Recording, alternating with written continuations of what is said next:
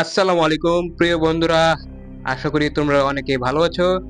আসলে রূহ কি মানে আত্মা টাইম ট্রাভেল করতে পারে কিনা এবং ফেরেশতাদের তাদের গতিপথ কতটুকু, চলুন আমরা এই বিষয়ে আজকে জানবো। এআই কতটুকু বুদ্ধিমত্তা দিয়ে তার উত্তর দিতে পারে, চলুন পরীক্ষা করা যাক। জেমিনি, তুমি কি আমার কথা শুনতে পাচ্ছ? হ্যাঁ, আমি শুনতে পাচ্ছি। আপনি কেমন আছেন? কিছু বলার আছে? হ্যাঁ, তোমাকে কিছু প্রশ্ন করব আমাদের দর্শক ভাইদের জন্য, যে রূহ মানে আত্মা কি সময়ের সীমাবদ্ধতার বাইরে চলাফেরা করতে পারে কিনা। এই প্রশ্নটা বেশ দার্শনিক। আত্মা সময়ের সীমাবদ্ধতার বাইরে চলাফেরা করতে পারে কিনা এটা নিয়ে বিভিন্ন ধর্ম ও দর্শনে ভিন্ন ভিন্ন মতবাদ রয়েছে।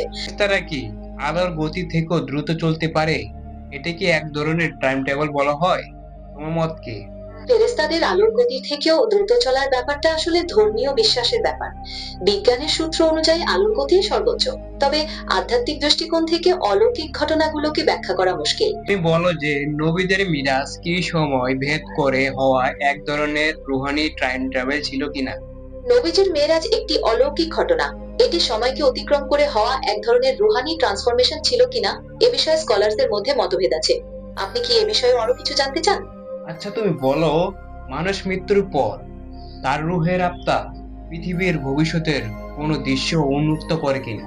এই বিষয়টি একটি গভীর দার্শনিক এবং ধর্মীয় প্রশ্ন।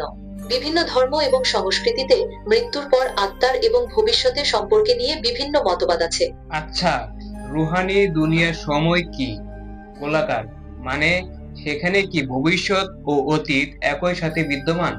রুহানি দুনিয়ায় সময় গোলাকার এবং ভবিষ্যৎ ও অতীত একই সাথে বিদ্যমান থাকার ধারণাটি বিভিন্ন ধর্মীয় এবং দার্শনিক মতবাদে পাওয়া যায়।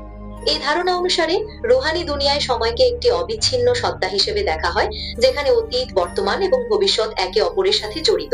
বন্ধুরা ও ভাইয়েরা, তোমরা শুনতে পেলে রুহের জগৎ এবং ফেরেশতাদের যে গতিপথ এবং টাইম ট্রাভেল রয়েছে, সেটা তোমরা জানতে পারলে। তোমাদের কাছে এই ভিডিওটি কেমন লেগেছে?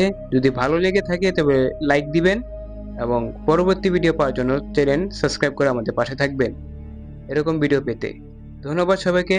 আসসালামু আলাইকুম ওয়া রাহমাতুল্লাহি ওয়া বারাকাতুহু।